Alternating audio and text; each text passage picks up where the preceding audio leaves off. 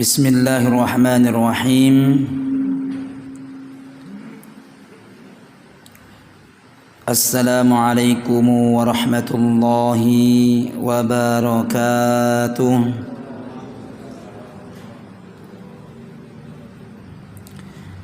Innal hamdalillah nahmaduhu wa nasta'inuhu wa nastaghfiruh wa na'udzu billahi min syururi anfusina wa min sayyiati a'malina. Man yahdihillahu fala mudilla lahu wa man yudlilhu fala hadiya lahu. Ashhadu an la ilaha illallah wahdahu la syarika lah wa ashhadu anna Muhammadan abduhu wa rasuluhu la nabiyya wa la rasula ba'dah. Qala Allah Ta'ala fi kitabihil karim. A'udzu billahi minasy syaithanir rajim. Bismillahirrahmanirrahim. Ya ayyuhalladzina amanu taqullaha wa qulu qawlan sadida yuslih lakum a'malakum wa yaghfir lakum dhunubakum wa man yuti'illaha wa rasulahu faqad faza fawzan 'azima.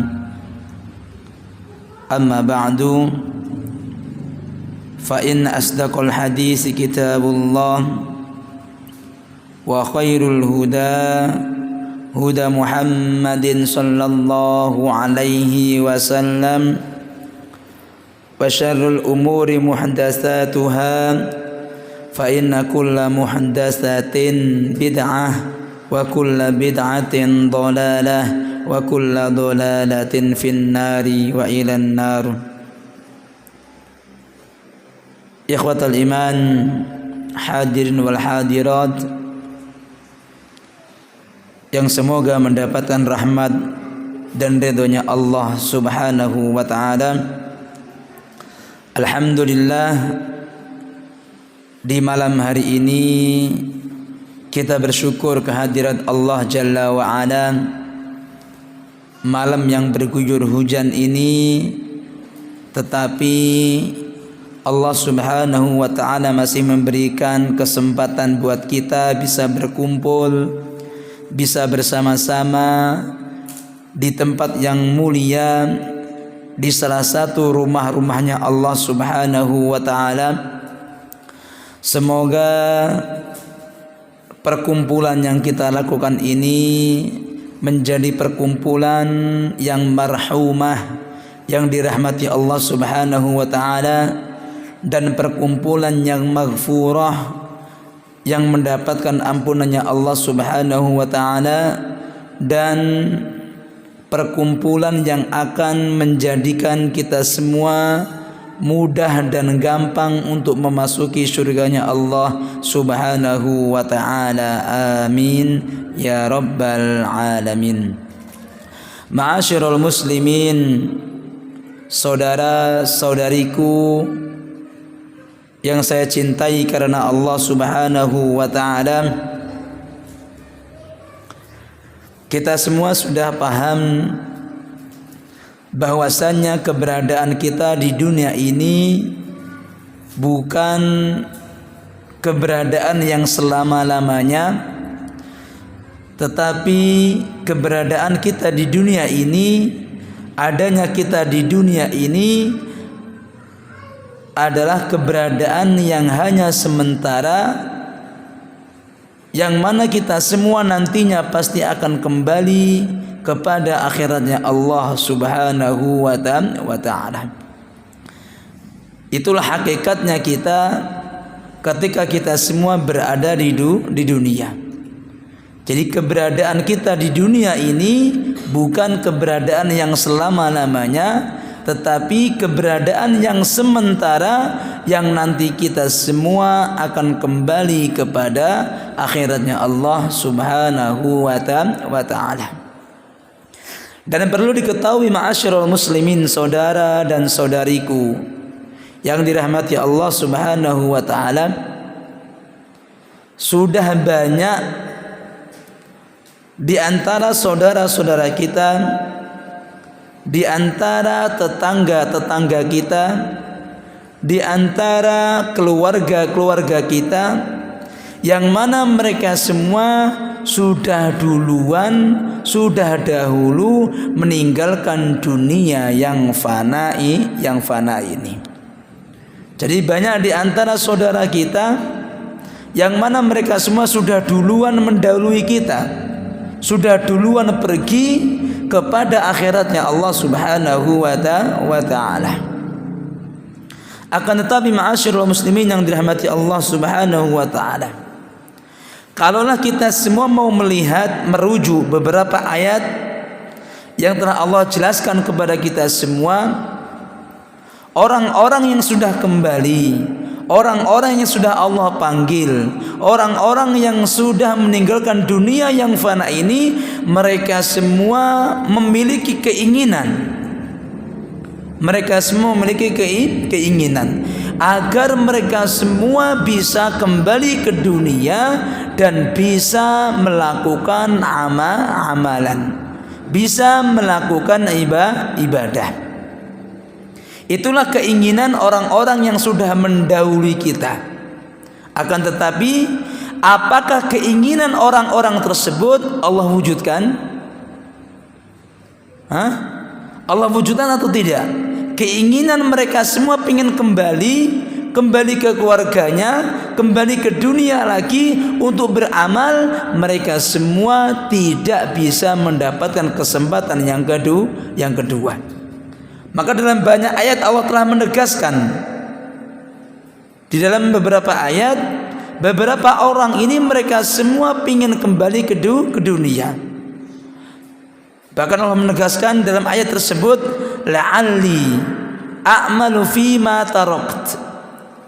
Semoga kenapa saya ingin kembali ke dunia? Agar saya ini bisa beramal dari suatu amalan yang dulunya ketika saya masih hidup saya meninggalkan amalan atau ibadah ini. Langsung Allah balas dengan ucapan kalla, sekali-kali tidak. Innaha kalimatun huwa qailuha, itu hanya ucapan saja. Enggak mungkin kamu akan kembali lagi ke dunia. Maka ikhwatul iman yang dirahmati Allah Subhanahu wa ta'ala, Al-Imam Hasan Al-Basri rahimahullahu ta'ala, beliau mengatakan sebuah perkataan, innakumul yawma taqdiruna ala ma la yaqdiru alaihi ikhwanukum haula'i min ahlil qubur. Jadi suatu hari Hasan Basri memberikan sebuah perkataan ketika melihat kuburan. Innakumul yawma taqdiruna ala ma la yaqdiru alaihi ikhwanukum haula'i min ahlil qubur. Sesungguhnya kalian semua al-yawma, pada hari ini.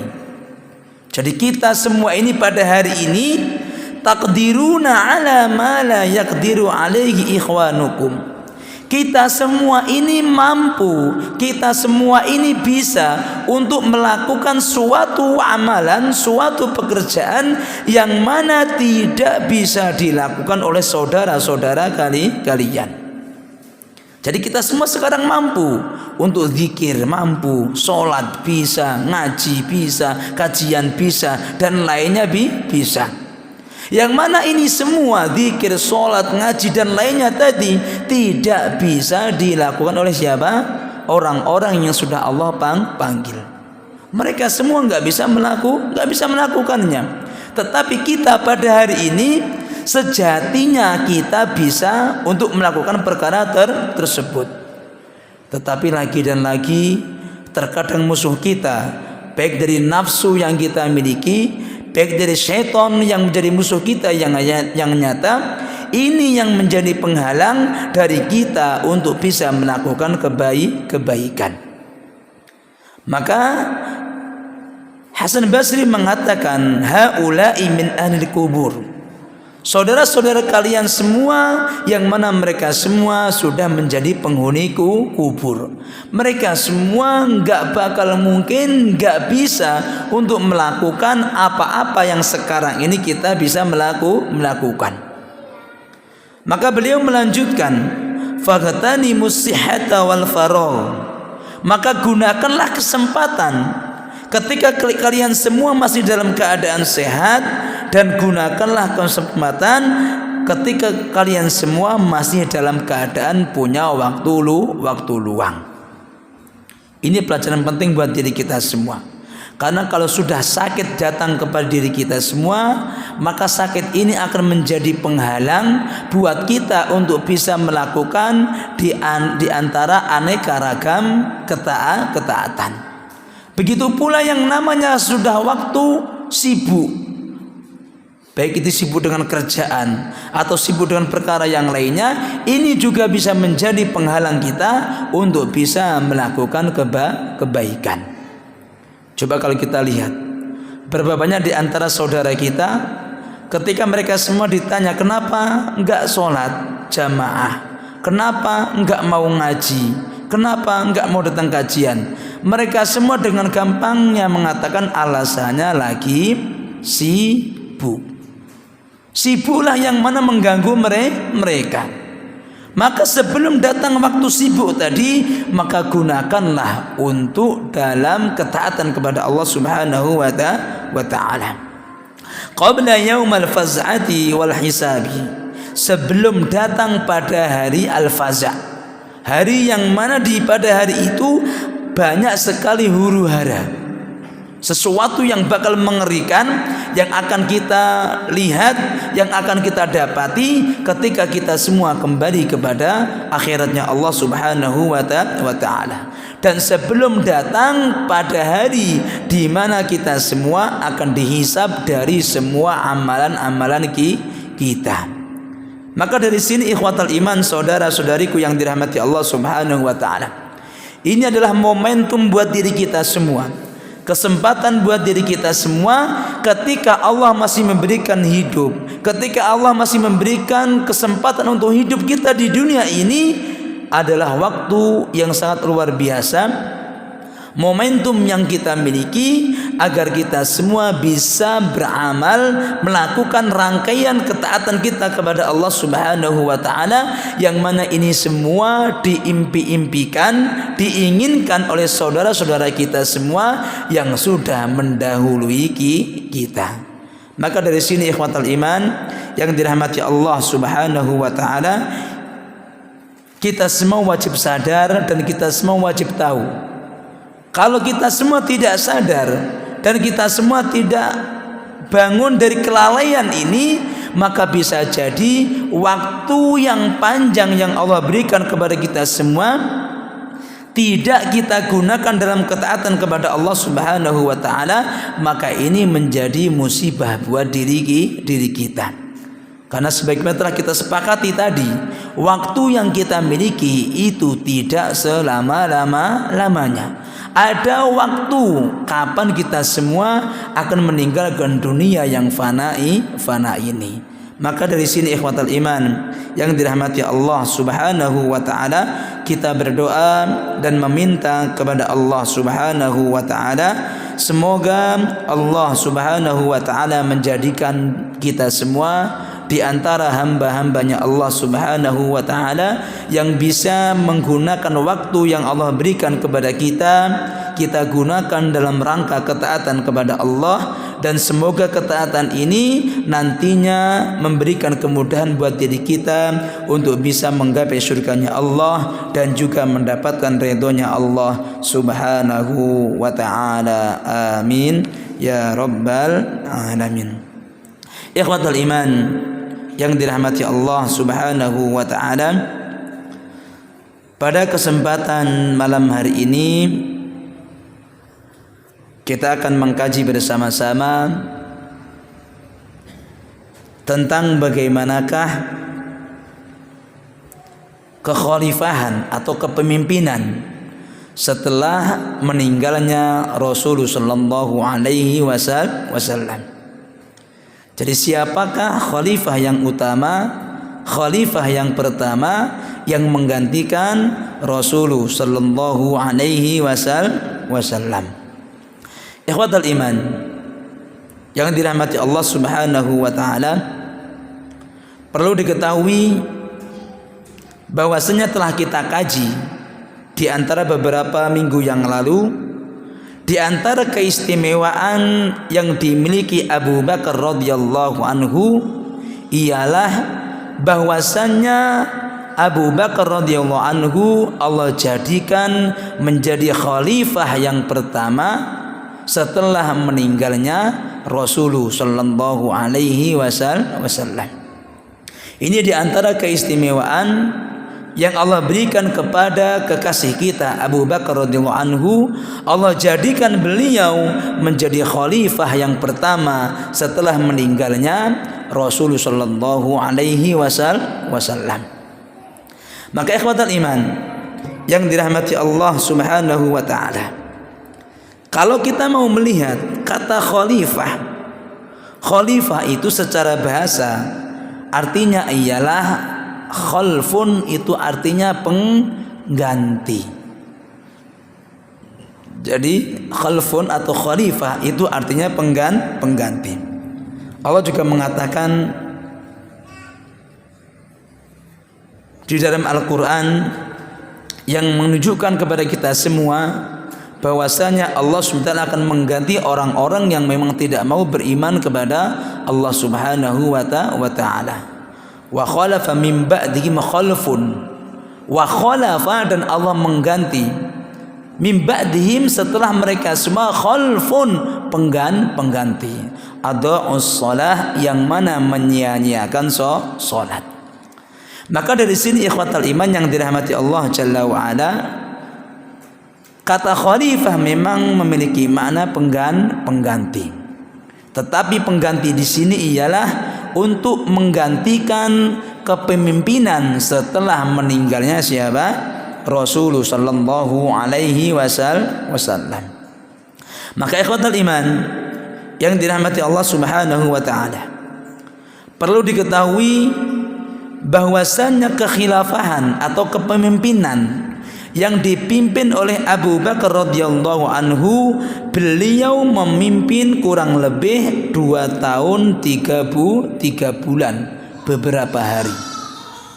Jadi beliau memimpin di dalam kekhalifahan beliau atau kepemimpinan beliau kurang lebih sekitar 2 tahun 3 bulan beberapa hari. Bisa jadi 2 tahun 40 hari, ya, 2 tahun 3 bulan beberapa hari. Bisa jadi sekitar lebih 3 hari atau lebih 7 hari, tetapi enggak lebih dari 11 hari. Karena kata bid'un itu bermakna dari 3 sampai 10. Berarti lebihnya 3 bulannya itu kurang lebih antara 3 sampai 10 hari. Itulah masa kekhalifahan siapa? Abu Bakar radhiyallahu anhu. Jadi 2 tahun 3 bulan beberapa hari, 3 sampai 10 hari. Ikhwatal iman yang dirahmati Allah Subhanahu wa taala, perlu diketahui bahwasanya kekhilafahan Abu Bakar radhiyallahu anhu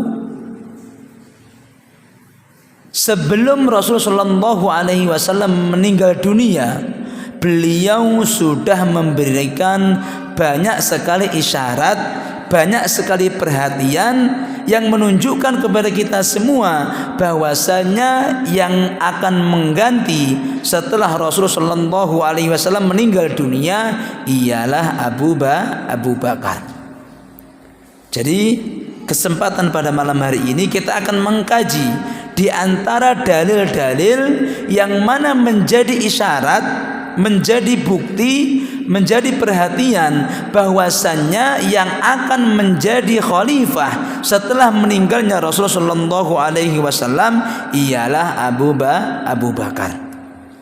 Maka dikatakan wa amal ahadits an-nabawiyah, bahwasanya hadis-hadis Nabi yang telah datang memberikan perhatian kepada kita semua tentang kekhilafahan, kepemimpinan Abu Bakar radhiyallahu anhu, fakatsiratun masyhuratun mutawatiratun wa dhahiratun. Hadisnya itu sangat banyak sekali kita temukan, bahkan dikatakan mutawatirah, dan hadisnya itu mutawatir. Mutawatir itu ialah yang meriwayatkan hadis tersebut itu banyak. Bukan hanya satu atau dua orang, tetapi banyak yang meriwayatkan hadis tentang bahwasanya Abu Bakar menjadi khalifah setelah meninggalnya Rasul itu banyak. Dan orang banyak ini yang meriwayatkan hadis ini, mereka semua sepakat, mereka semua tidak dusta. Maka hadisnya mutawatirah. Maka kita akan membaca bersama-sama. Bahkan dikatakan listihariha wa tawaturiha, saking terkenalnya banyaknya hadis ini, sorot ma'lumatan minad dini bid-darurah, maka wajib setiap manusia mengetahui dalil-dalil tersebut. Kenapa kita semua wajib mengetahui dalil tersebut? Karena kita tahu bahwa di antara manusia, di antara ahlul bidah, mereka semua ada yang mengatakan bahwasanya Abu Bakar radhiyallahu anhu bukan termasuk khalifah yang utama atau yang asli. Siapa mereka? Orang yang menyatakan bahwasanya Abu Bakar itu bukan seorang khalifah, bukan sebagai pengganti Nabi. Siapa mereka? Orang Syiah. Orang-orang Syiah itu mengatakan bahwasanya Abu Bakar itu mengambil kekhalifahan, kepemimpinan dari siapa? Ali. Bahkan saking jengkelnya orang-orang Syiah ini, walaupun kita katakan Syiah ini memiliki beberapa derajat. Kalau Syiah level biasa, mereka semua belum mengkafirkan siapa? Para sahabatnya Nabi. Tetapi orang-orang yang sudah Rafidhah, Syiah Rafidhah, maka mereka semua itu biasanya mengkafirkan siapa? Para sahabat. Enggak semua, tetapi mayoritas, kebanyakan para sahabat mereka semua kafirkan. Bahkan bukan hanya mengkafirkan, mereka semua mendoakan laknat kepada siapa? Abu Bakar, Umar dan lainnya.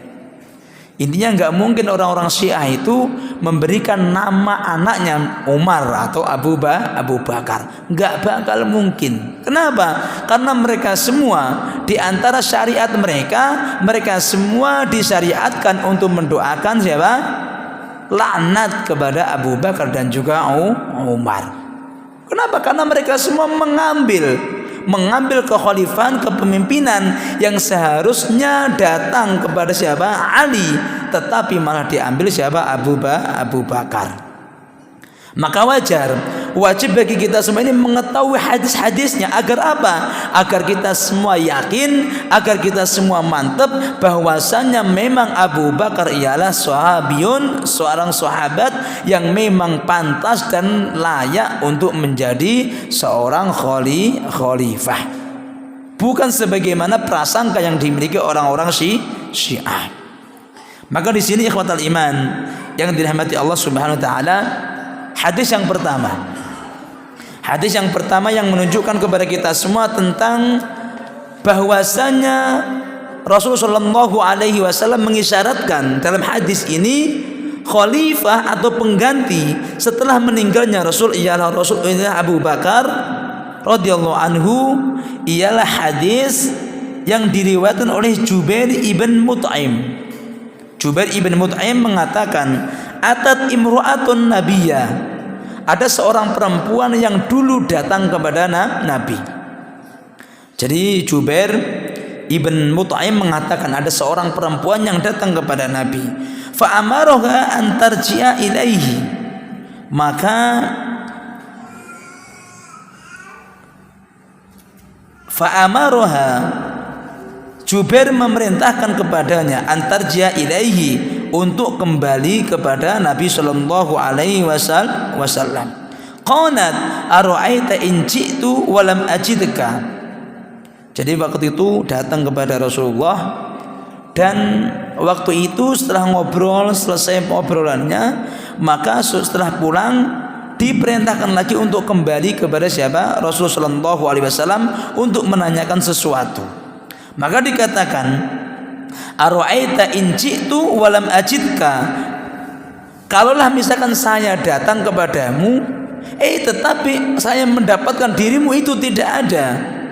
Seakan-akan orang perempuan ini mengatakan, ka'annaha taqulul maut, kalaulah misalkan saya datang kepadamu tetapi engkau sudah enggak ada, sudah meninggal dunia. Maka qala Rasulullah sallallahu alaihi wasallam, maka Nabi mengatakan, illam tajidni fa'ti Abu Bakar, kalau memang engkau enggak mendapatiku, baik ketika saya masih hidup atau nanti sudah meninggal dunia, fa'ti Abu Bakar, maka datanglah engkau kepada siapa? Abu Bakar. Seakan-akan Rasul mengatakan, kalau nanti saya sudah meninggal dunia, maka ketika saya enggak ada, datang kepada siapa? Abu Bakar. Seakan-akan mengatakan ini isyarat bahwasanya Abu Bakar menjadi pengganti Rasul sallallahu alaihi wasallam. Maka dikatakan, istamal hadzal hadisu ala isyarah wadihah. Hadis ini sudah menjadi isyarat yang sangat jelas bahwasanya yang akan mengganti siapa? Rasul ketika sudah meninggalnya ialah Abu Bakar As-Siddiq. Bahkan Ibnu Hazm mengatakan, wa hadza nassun jaliyun ala istikhlafi Abi Bakar.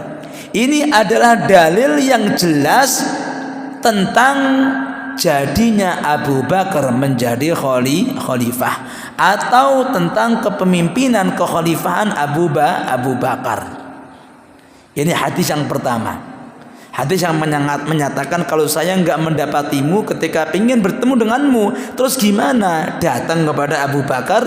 Ini memberikan isyarat bahwasanya kalau saya meninggal dunia, maka yang menjadi pengganti kamu datang kepadaku tadi, datang kepada siapa? Abu Bakar. Maka ini hadis yang pertama menunjukkan bahwasanya kalau Rasul meninggal dunia, penggantinya ialah siapa? Abu Bakar. Ini isyarah. Ini hadis yang pertama. Hadis yang kedua, dan ini lebih jelas lagi. Hadis yang kedua lebih jelas lagi. An ibni Abi Mulaikah qala sami'tu Aisyah wa su'ilat. Jadi pernah Ibn Abi Mulaikah ini mendengar bahwasanya Aisyah itu pernah ditanya, man kana Rasulullah sallallahu alaihi wasallam mustakhlifan law istakhlafahu. Jadi siapakah nanti orang yang berhak untuk menggantikan Rasul sallallahu alaihi wasallam? Qalat Abu Bakar. Maka Abu Bakar. Faqila laha tsumma man ba'da Abi Bakar. Kemudian siapa orang yang layak untuk menggantikan Abu Bakar? Maka qalat Umar. Kemudian Umar. Tsumma qila laha man ba'da Umar. Siapa setelah Umar? Qalat Abu Ubaidah ibn Jarrah. Kemudian Abu Ubaidah ibn Jarrah.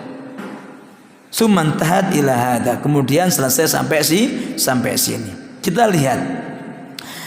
Ketika ditanya siapakah yang mengganti Rasulullah sallallahu alaihi wasallam, maka dikatakan siapa? Abu Bakar, urutan yang pertama. Maka ini dan lagi menjadi isyarat bahwasannya yang menjadi pemimpin, yang menjadi khalifah setelah meninggalnya Rasul sallallahu alaihi wasallam ialah siapa? Abu Bakar radhiyallahu anhu. Maka Imam Nawawi mengatakan hada dalilun li ahli sunnah. Ini adalah dalil bagi ahli sunnah di dalam fi taqdimi Abi Bakar, di dalam mendahulukan Abu Bakar, kemudian Umar, kemudian yang lainnya di dalam masalah kepemimpinan atau dalam masalah khilafah. Jadi hadis ini sangat jelas sekali bahwasanya dulu para sahabat mendahulukan Abu Bakar daripada sahabat yang lainnya. Maka ini menjadi isyarat bahwasanya Abu Bakar radhiyallahu anhu menjadi khalifah setelah meninggalnya Rasulullah sallallahu alaihi wasallam. Ini hadis yang kedua. Hadis ketika Ibunda Aisyah ditanya siapakah yang nanti menjadi pengganti Rasulullah sallallahu alaihi wasallam, maka Ibunda Aisyah mengatakan Abu Bakar. Kemudian ditanya lagi siapakah yang nanti mengganti Abu Bakar, Ibunda Aisyah mengatakan ialah Umar, dan selanjutnya. Ini diantara dalil yang menjadi isyarah, menjadi bukti bahwasanya Abu Bakar menjadi khalifah setelah meninggalnya Rasulullah sallallahu alaihi wasallam. Selanjutnya hadis yang ketiga, hadis Hudzaifah. Kunna indan Nabi sallallahu alaihi wasallam julusan. Pernah Hudzaifah itu bersama Nabi dalam keadaan nyantai, duduk santai. Faqala inni la adri ma qadru baqai fikum. Maka Rasul mengatakan, sesungguhnya saya itu enggak tahu ma qadru baqai fikum, berapakah ukuran saya itu akan selalu bersama kalian. Enggak tahu waktunya sampai kapan, saya enggak tahu. Jadi Rasul mengatakan begitu kepada siapa? Hudzaifah dan di antara sahabat yang lainnya. Mengatakan saya enggak tahu umurku ini sampai kapan, sehingga saya bisa menyertai kalian. Maka Rasul mengatakan faqtadu billadaini min ba'di. Kalau memang saya nanti meninggal dunia, kasarannya ikutilah 2 orang setelah saya. Setelah saya meninggal dunia, ikutilah 2 orang. Siapa mereka? Wa asyara ila Abi Bakrin wa Umar. Kemudian Rasul memberikan isyarat, menunjuk kepada Abu Bakar dan juga menunjuk kepada Umar. Wa tamassaku bi ahdi Ammar wa ma haddatsukum Ibnu Mas'ud fasaddiquhu. Dan wa tamassaku bi ahdi Ammar, dan pegang teguhlah dengan janji Ammar. Wa ma haddatsakum Ibnu Mas'ud, dan apa yang dikatakan Ibnu Mas'ud fasaddiquhu, maka benarkanlah apa yang dia katakan. Maka dari sini ikhwatal iman, ketika Rasulullah SAW mengatakan saya ini enggak lama bersama kalian, saya enggak tahu sampai kapan saya bersama kalian, maka ikutilah 2 orang setelah saya.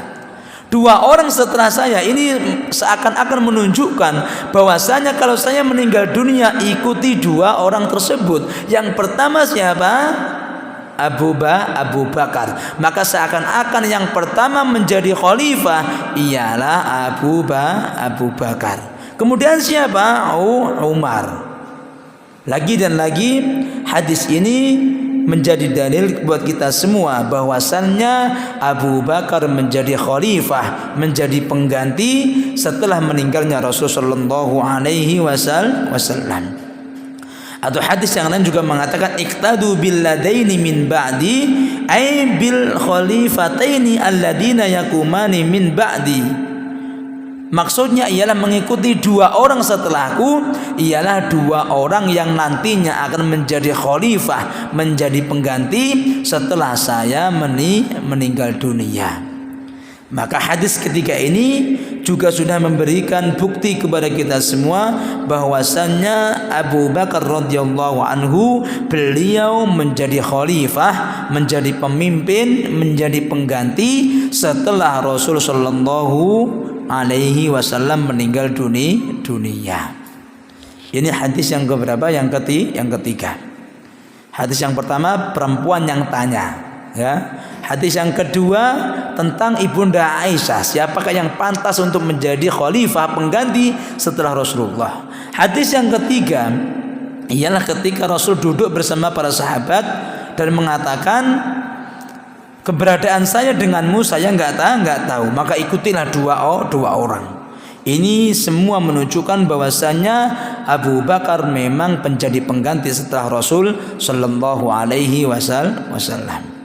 Selanjutnya, udah Isya belum ini? Belum, udah. Bentar lagi ya, kita baca satu hadis lagi ya. Hadis yang selanjutnya, hadis keempat, yang menjadi bukti agar kita semua yakin, jangan sampai kita ragu, bahkan mengatakan bahwasanya Abu Bakar menjadi orang yang mencuri kekhalifahan dari Ali. Jangan sampai seperti itu. Agar kita kuat harus mengetahui dalilnya. Qalat Aisyah, hadis Aisyah, qala li Rasul sallallahu alaihi wasallam fi maradi. Pernah suatu hari Rasul ketika sakitnya lagi parah-parahnya itu berkata kepada ibunda Aisyah, mengatakan, id'i li Abu Bakrin wa akhaki hatta aktuba kitaban. Ini seakan-akan hadisnya sharih, jelas mengatakan bahwasannya Abu Bakar menjadi khalifah setelah meninggalnya Rasul sallallahu alaihi wasallam. Rasul pernah mengatakan ketika beliau masih sakit, tolong panggil bapakmu. Siapa bapaknya? Abu Bakar. Wa akhaki, dan saudara-saudaramu. Hatta aktuba kitaban, sehingga saya akan menulis suatu tulisan, suatu keputusan. Kenapa? Fa inni akhafu an yatamanna mutamannin wa yaqulu qail ana aula. Saya ini takut. Kenapa? Takut an yatamanna mutamannin, ada orang yang memang pingin, ambisius, pingin menjadi khalifah. Saya takut itu. Kalau ini nanti ada orang sepeninggalku, ada orang mengatakan ana aula, saya lebih utama, saya takut itu. Maka saya ingin menulis suatu keputusan seakan-akan bahwasannya Abu Bakar lah yang layak untuk menjadi khalifah. Wa ya'ballahu wal mu'minun. Tetapi ketika orang tadi mengatakan saya ini yang pantas untuk menggantikan Rasul, untuk menjadi khalifah, tetapi wa ya'ballahu, Allah enggak mau. Begitu pula wa ya'bal muslimun wal mu'minun, orang-orang mukmin pun juga tidak mau. Saya takutnya itu, Allah enggak mau dan para muslim juga tidak mau. Yang mereka mau illa Abu Bakar, kecuali memang hanya Abu Bakar. Jadi memang yang layak untuk menjadi khalifah, yang pantas inilah siapa? Abu Bakar radhiyallahu anhu. Maka hadis ini, hadal hadis dilalah wadihah. Ini menjadi hadis yang sangat jelas menunjukkan bahwasannya keutamaan Abu Bakar, sehingga Rasul memberikan kabar kepadanya bahwasannya yang layak menjadi khalifah setelah meninggalnya Rasulullah ialah siapa? Abu Bakar radhiyallahu anhu. Maka di sini ikhwatul iman yang dirahmati Allah Subhanahu wa taala, hadal hadis isyarah ila husuli niza' wa waqa'a kullu dzalika kama akhbarahu alaihi salatu wassalam thumma ijtama'u ala Abi Bakar.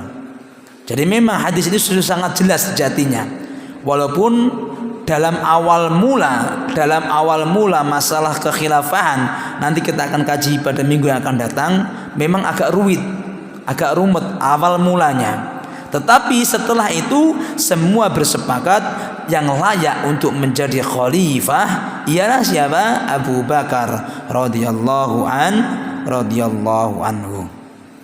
Ini hadis yang keempat. Hadis yang keempat yang memberitahukan kepada kita semua bahwasanya Rasulullah Shallallahu Alaihi Wasallam memanggil Abu Bakar dan juga saudaranya untuk menuliskan sesuatu keputusan bahwasanya Abu Bakar yang layak untuk menjadi khalifah. Kenapa ditulis sekarang? Takutnya nanti ada orang yang mengaku-ngaku dia yang paling utama, dia yang paling berhak untuk menggantikan Rasul, tetapi Allah dan orang-orang mukmin mereka semua tidak suka. Maka di sini ikhwatul iman yang dirahmati Allah Subhanahu wa taala, ini hadis yang keempat yang lagi dan lagi menunjukkan kepada kita semua bahwasanya Abu Bakar ialah khalifah yang pertama setelah meninggalnya Rasul sallallahu alaihi wasallam. Sudah isya sekarang ya. Nah, isya dulu, kita adzan dulu, setelah adzan kita lanjutkan di antara beberapa dalil yang selanjutnya. Kepada yang bertugas, waktu dan tempat kami persilahkan.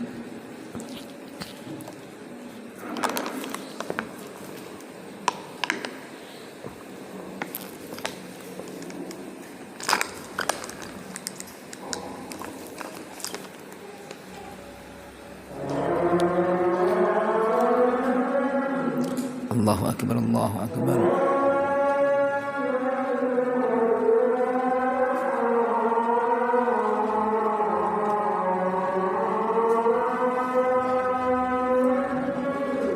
Allahu akbar, Allahu akbar.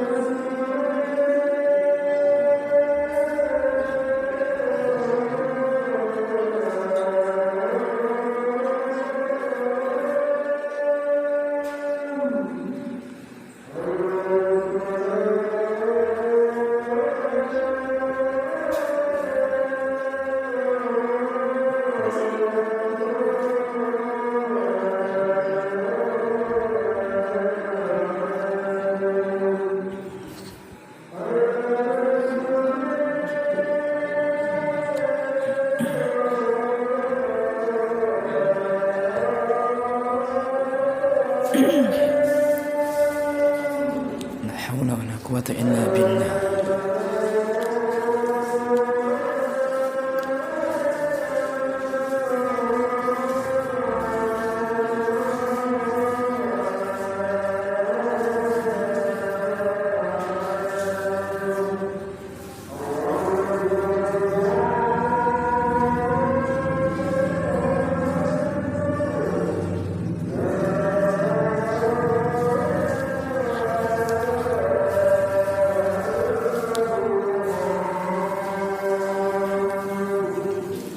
La ilaha illallah Muhammadur Rasulullah.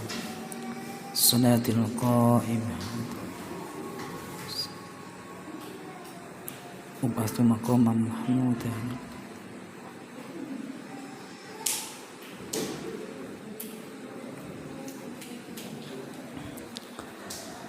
Selanjutnya ma'asyiral muslimin yang dirahmati Allah Subhanahu wa taala, di antara dalil yang selanjutnya yang menunjukkan kepada kita bahwasanya Abu Bakar radhiyallahu anhu, beliau ialah sahabiyun atau seorang sahabat yang mana menjadi pengganti, menjadi khalifah dan pemimpin setelah Rasulullah sallallahu alaihi wasallam, ialah tentang perintahnya Rasulullah sallallahu alaihi wasallam kepada Abu Bakar ketika beliau ingin melakukan sholat.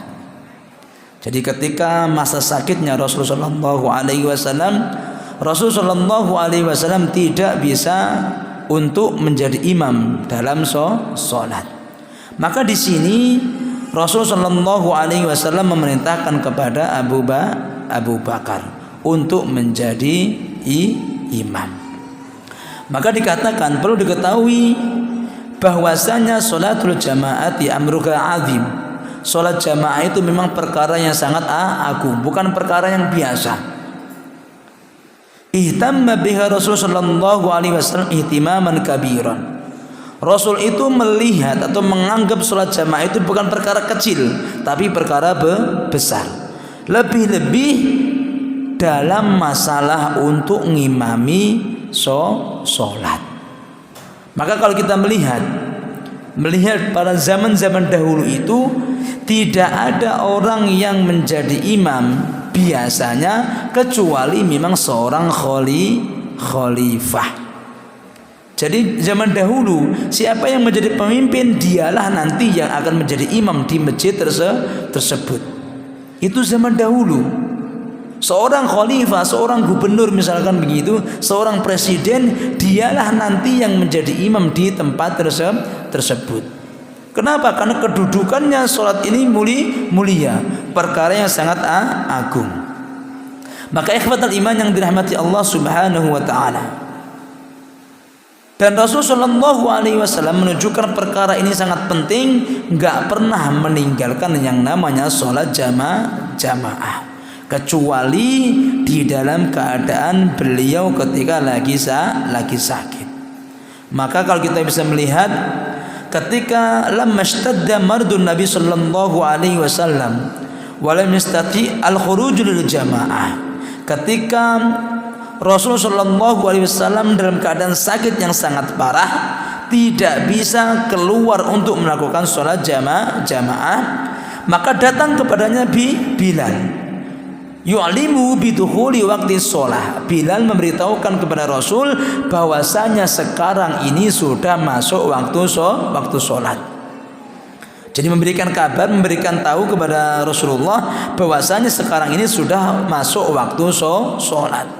Fa'amarohumun Nabi sallallahu alaihi wasallam an ya'muru Abu Bakrin an yusolli bin nas imaman. Maka Rasul memerintahkan agar Abu Bakar menjadi imam untuk sholat bersama makmum. Akan tetapi perkara ini ditakutkan oleh siapa? Ibunda Aisyah selaku anak-anaknya.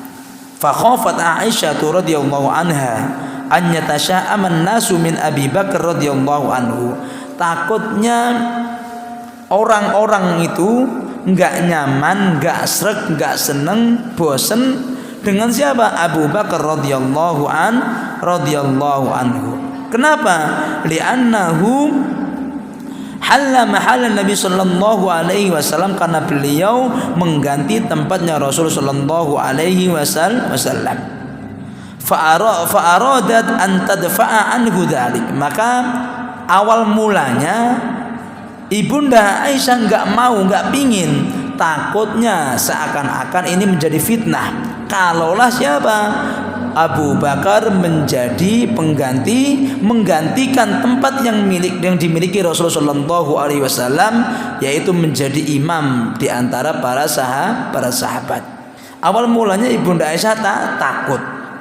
Selanjutnya faqalat Nabi sallallahu alaihi wasallam inna Abu Bakar rajulun katsirul bukai wal huzni fis shalah.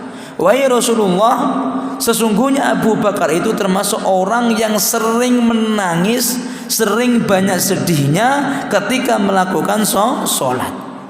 Jadi ketika beliau sholat itu memang sering nangis, sering sedih.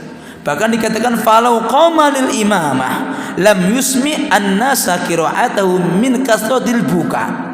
Kalau memang Abu Bakar menjadi imam, maka orang-orang itu tidak akan bisa dengar bacaan yang dibaca Abu Bakar. Jadi bacaan Abu Bakar itu tidak akan bisa didengar oleh siapa? Makmumnya. Kenapa? Dikarenakan banyaknya menangis tadi. Selanjutnya, wa kana Abu Bakar radhiyallahu anhu kama qalat haqiqatan falam yaltafitun Nabi sallallahu alaihi wasallam liqauliha. Akan tetapi Nabi itu enggak memperdulikan apa yang dikatakan siapa? Ibunda Aisyah radhiyallahu anha. Wa qarrara qaulahu, dan ngulangi lagi perkataannya. Muru Abu Bakar yusalli bin nas. Perintahkan Abu Bakar untuk menjadi imamnya manusia. Faqalat Aisyah li Hafsah. Maka ibunda Aisyah ngomong sama Hafsah. Siapa itu Hafsah? Istri Rasulullah sallallahu alaihi wasallam. Kulilin Nabi sallallahu alaihi wasallam, tolong katakan kepada Nabi, kepada istri suami kita, inna Abu Bakar rajulun asif. Abu Bakar itu rajulun, seseorang yang memang sangat senang sedih. Wa innahu mata ma yakum maqamaka la yusmi'un nas. Kalau memang beliau menjadi imam, enggak bakal bisa mendengarkan bacaannya kepada manusia. Falau amarta Umar yakuma huwa bin nas, kalaulah engkau memerintahkan kepada Umar untuk menggantikan menjadi imam untuk manusia, la sami'an Nabi sallallahu alaihi wasallam dzalik, maka bisa jadi Nabi akan mendengar perkataanmu, kan begitu. Jadi minta apa tadi? Minta bantuan kepada Hafsah. Biar Umar saja. Siapa Umar itu? Bapaknya, sama-sama bapaknya, kan begitu. Maka dikatakan qala inna kunna la antunna sawahibu Yusuf. Kalian itu adalah orang-orang seperti sawahibu Yusuf, sahabat-sahabatnya atau saudara-saudaranya Yusuf. Yang dimaksud ialah innahunna mithlu sawahibi Yusuf fi idhari khilafi ma yubtin wa kathrati ilahihinna fi talabi ma yuridna wa yumilna ilaih. Jadi sahabatnya Yusuf itu sering meminta-minta, ilhah, mengulang-ulang permintaan. Kan kayak tadi, jangan Abu Bakar kan gitu. Maka dikatakan kalian itu seperti apa? Teman-temannya atau saudaranya Yusuf. Maka setelah itu Rasulullah sallallahu alaihi wasallam mengulangi lagi. Tsumma qarrara Nabi sallallahu alaihi wasallam amrohu, mengulangi perintahnya lagi li Abi Bakrin radhiyallahu anhu an yusalli bin nas, kepada Abu Bakar untuk sholat kepada manusia atau menjadi imam kepada manusia. Falamma jaa Abu Bakar radhiyallahu anhu, maka setelah setuju dan enggak ada komen lagi, setelah itu Abu Bakar radhiyallahu anhu beliau datang ke masjid dan beliau mengimami siapa? Para sahabat. Maka dari sini ikhwatal iman yang dirahmati Allah Subhanahu wa taala, qala al-Hafidz Ibn Katsir fil Bidayah wan Nihayah. Jadi Hafidz Ibn Katsir mengatakan dalam kitabnya fil Bidayah wan Nihayah, wal maqsudu anna Rasul sallallahu alaihi wasallam qaddama Abu Bakar. Rasul memiliki tujuan kenapa mendahulukan Abu Bakar di antara yang lainnya, imaman, menjadi imam lis sahabah, untuk sahabat kulluhum semuanya. Karena apa? Karena hiya akbaru arkanil islami al-amaliyah. Karena kita tahu bahwasanya sholat itu adalah rukun yang paling besar yang berkaitan dengan amal yang ada di dalam Islam. Jadi amal badaniyah, ibadah badaniyah yang paling besar ialah apa? Sholat. Karena sholat itu bagaimanapun keadaan kita semua tidak bisa mungkin untuk meninggalkan sholat. Bagaimanapun keadaan kita, dimanapun kita tetap tidak bisa meninggalkan sholat. Maka ini menjadi keistimewaan solat, dan dia termasuk ibadah amaliyah yang paling besar. Itu dikatakan Hafidz Ibn Katsir dalam kitab Al-Bidayah wan Nihayah. Maka ini menunjukkan bahwasanya Abu Bakar, beliau memang orang yang tepat yang menjadi pengganti setelah Rasul sallallahu alaihi wasallam. Begitu pula waqala Abul Hasan Al-Asy'ari. Abul Hasan Al-Asy'ari beliau juga mengatakan wa taqdimuhu lahu amrun ma'lumun bid-darurah minad-din. Jadi ketika Rasul mendahulukan Abu Bakar untuk menyolati atau sholat dengan para sahabat, wa taqdimuhu lahu dalilun ala annahu a'lamus sahabah wa aqra'uhum. Ini menunjukkan kepada kita semua bahwasanya Abu Bakar termasuk orang yang paling pandai, paling paham dalam masalah bacaan atau dalam masalah agama. Maka ini lagi dan lagi menunjukkan kepada kita semua bahwasanya Abu Bakar radhiyallahu anhu, beliau ketika diperintahkan untuk menjadi pengganti ngimami Rasul sallallahu alaihi wasallam, seakan-akan ini menjadi isyarat bahwasanya nanti yang akan menjadi khalifah setelah Rasul siapa? Abu Bakar. Karena biasanya orang yang menjadi imam itu ialah seorang khalifah. Ini hadis yang keberapa? Yang kelima.